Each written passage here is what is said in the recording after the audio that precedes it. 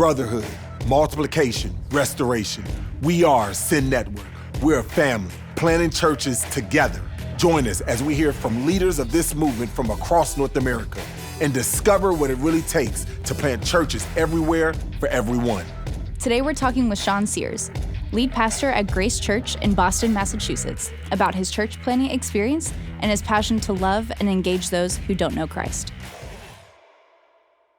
What's up, Sean? How you doing? You doing all right? Doing good? Good, man. I am excited to, always share with you. I mean, every time we talk is always like lots of fun and enjoyment. And so, man, I remember coming down and seeing to your church, Grace Church in Boston. And man, I just remember that I was amazed, with just seeing the diversity, seeing just the love that the people had, the genuine love, just the authenticity, and then just even after then hearing your story about how the church was started was even more mind-blowing, man. Tell me a little bit about just kind of your story, your journey, and just kind of why you even got into church planting. I think I might be the most accidental church planter in our network. Yes. Because we didn't start the church on purpose. Yeah. I moved out to Boston to be a professor at a college and got involved in our town. I thought that church planting might happen someday, when I was mature, when I was old, like in my 40s. Now I'm way past now. Right. So we tried to buy a house in the city. It was just too expensive. So we ended up in a town just outside. Mm-hmm. And I thought that was God saying, no, church planting isn't in your future. This is just be faithful to God in my neighborhood. So I signed up for Little League and coaching, basketball, baseball. My wife got involved in PTO. And I'm a preacher's kid, raised in a Christian school, went to a Christian college. My entire life had been lived in a Christian bubble. And for the first time in my life, nobody shared my worldview. And my closest friends were the ones who were farthest from God. And it probably wasn't until my 30s when I finally had skin in the game when it comes to the mission that God's put all of us on. And we became desperate for God to send somebody to start a church that would reach my actual friends. There were 4 gospel-centered churches in our town that had a total weekend attendance of 220 out of 30,000, which means at less than 1%. And I called everybody I knew, said, hey, dude, you got to get out here and start a church. You got to get out here and start a church. My wife and I were at a Dunkin'. We have more Dunkins than McDonald's in Boston. And she said, maybe God already sent somebody. And I said, who? She said, maybe it's us. And I said, chick, you are smoking crack. And I said, because I still use the word crack in sentences. It can't be me, right? But so that's how we started thinking about it. And but I was dragging my feet because who just starts a church? Like I said, it wasn't part of any strategic plan for our life. I was just going to teach at that college. And my non-religious neighbors across the street had a friend attempt suicide. She knew that we were Christians. And she came over to our house, and she said, hey, told us the story about a friend. Said, I visited her last night, that was a Friday, and I told her she needed God, and my neighbor knows him. I'll be right back. She said, would you go tell her about God? Well, you don't have to be a church planter to do that. You don't even have to be a super Christian. You just have to not be a jerk. Yeah. Right? Yeah. If somebody says they attempted suicide, would you go? I think even an agnostic would go, well, I'll tell you something. But in the hospital, my non-religious neighbor said to her friend, you need to be in a Bible study. If Sean and Billy Jane started a Bible study in their house, would you go to it?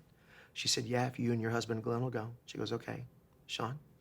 My wife kicked me down, below the bedside. And we figured that when non-religious people are starting our church for us in our house without our permission. Right. So you're courting. This is your courting for me. This is awesome. Yeah. My wife and I were the only, but truthfully, 6 months in, my wife and I were the only married Christians in our church plant. As it turns out, we were also the only married white people in our church. Yes. So our church has been very diverse, both racially and spiritually, from the very beginning, and it still is. So it has a unique flavor, and that's what you were kind of alluding to. Yeah, and what I love about it is that you talked about like how it was so accidental, but it was not accidental at all, right? I mean by that is God had deposited in you. You use words like, I just want to be a faithful Christian. I just want to reach my neighbors.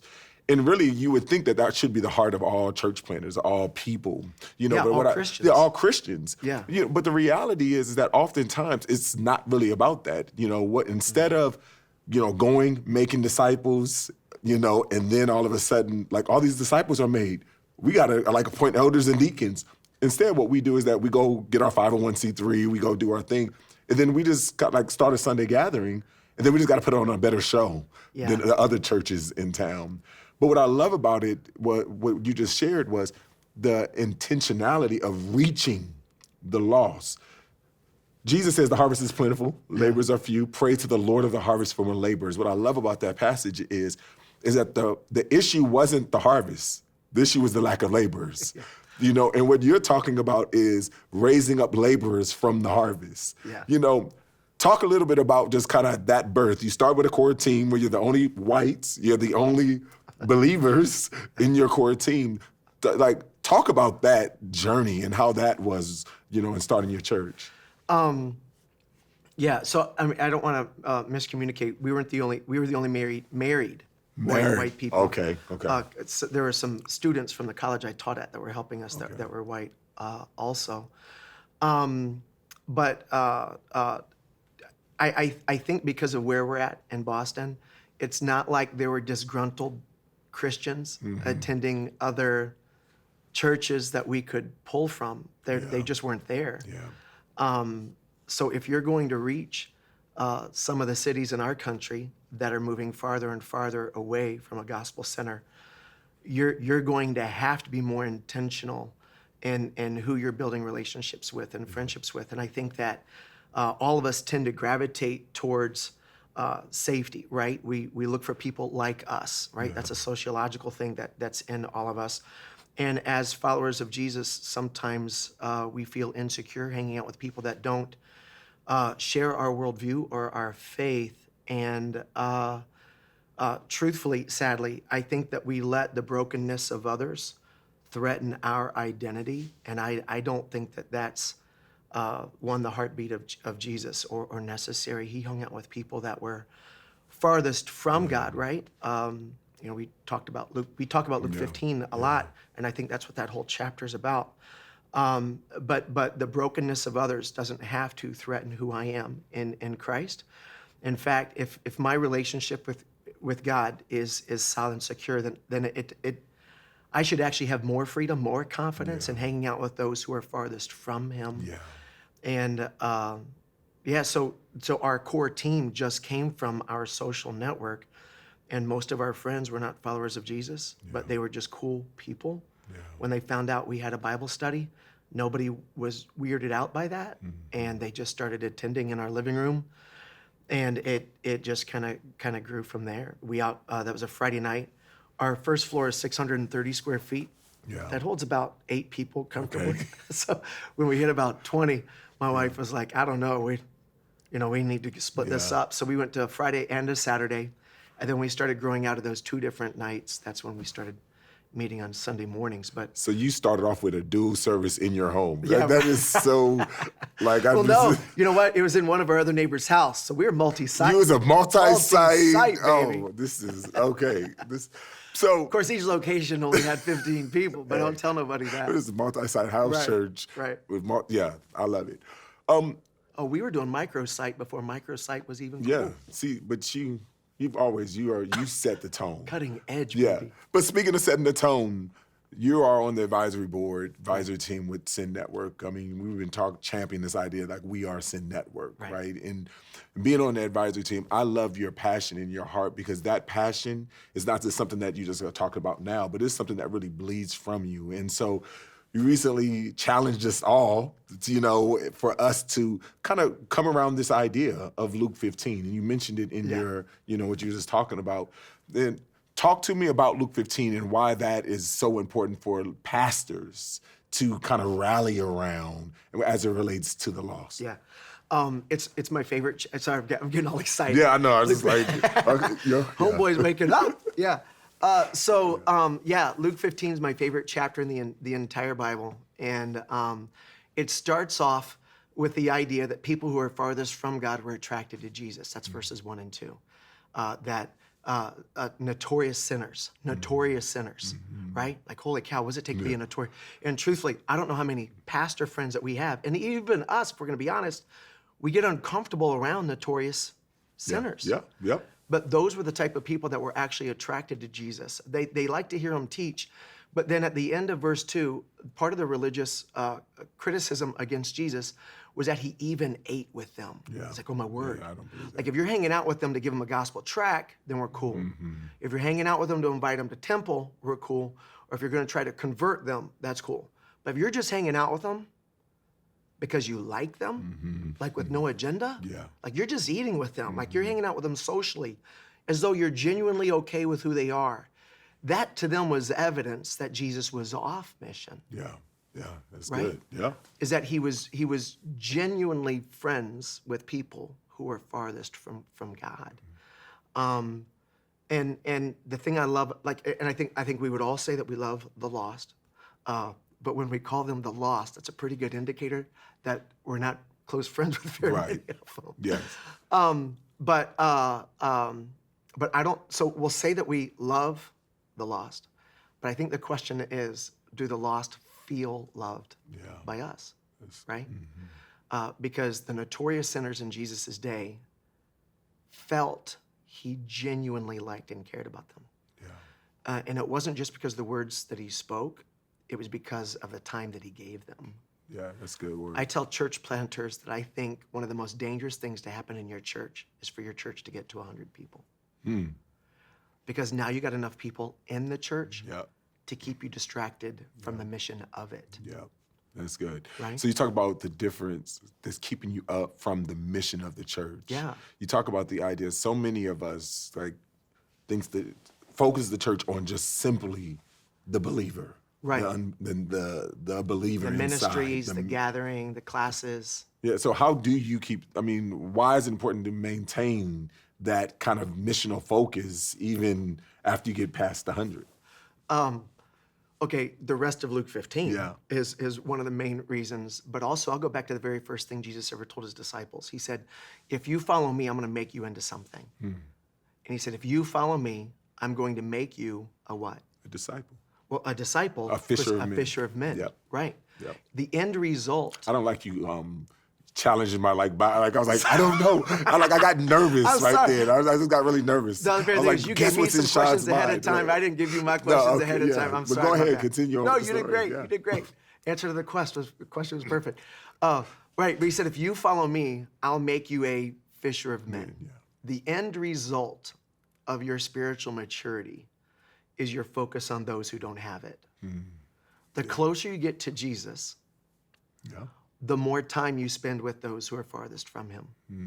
That's what he told them. Yeah. If you follow me, I'm going to make you focused on everybody else who doesn't follow me.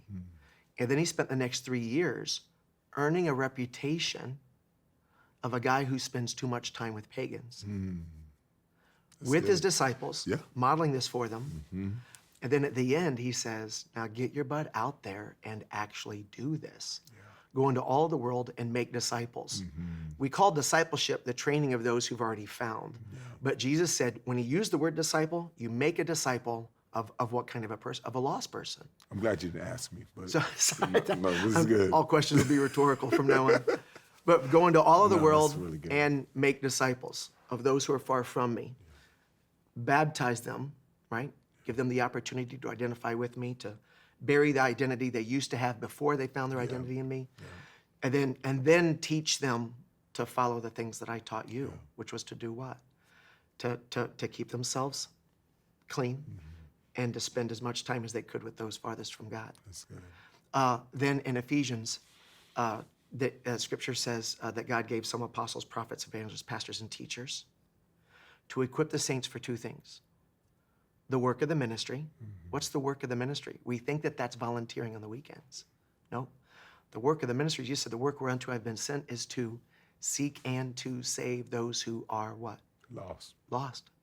The work of the ministry, the work of the kingdom is the pursuit of those farthest from it. Yeah. I mean, we've been saying God's a rescuing God from Genesis to Revelation.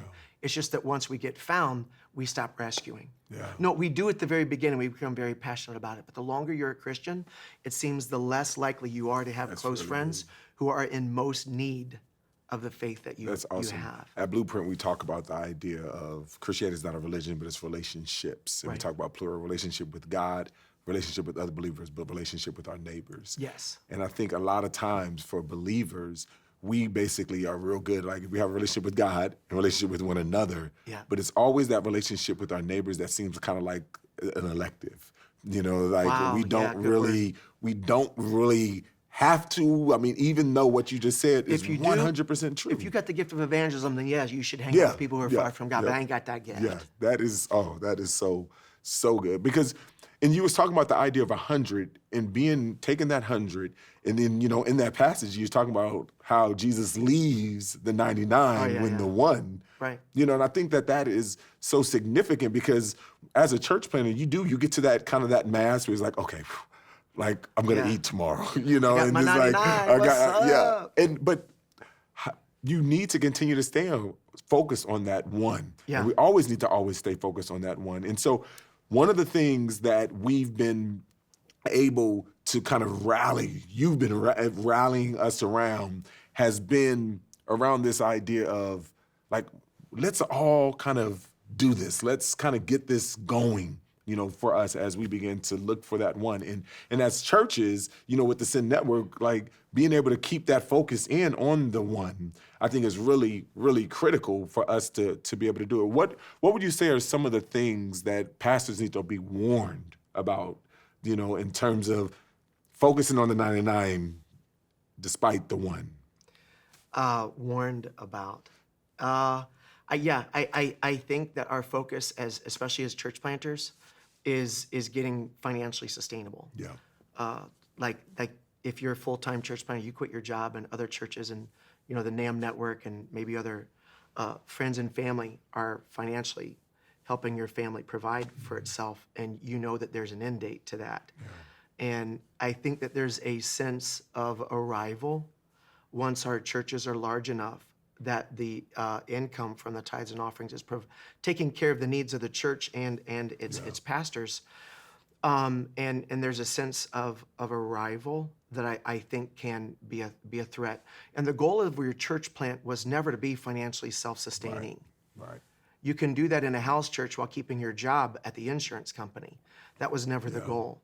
The goal of any church is to be a place that equips people to be sent out and to go and tell, but also to come and see. Most of the people who came to faith in Jesus in the book of Acts, it was come and see evangelism. They came to large gatherings where one of the apostles or Paul or somebody like that was preaching to a large crowd. So I would say that sense of arrival is a threat.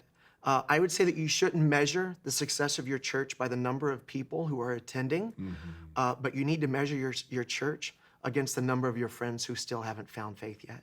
That's good. So every single weekend at Grace, not every single weekend, but occasionally, I should say. So it's not even very often. I'll feel like this, like we've got this, like we're in a groove now. I'll say, how many of us have friends, neighbors, family members who are still disconnected from God? Everybody will raise their hand, and I'll say, we'll be done when there ain't no more hands being raised. That's good. I got to go to a Perry Noble coaching thing a long time ago.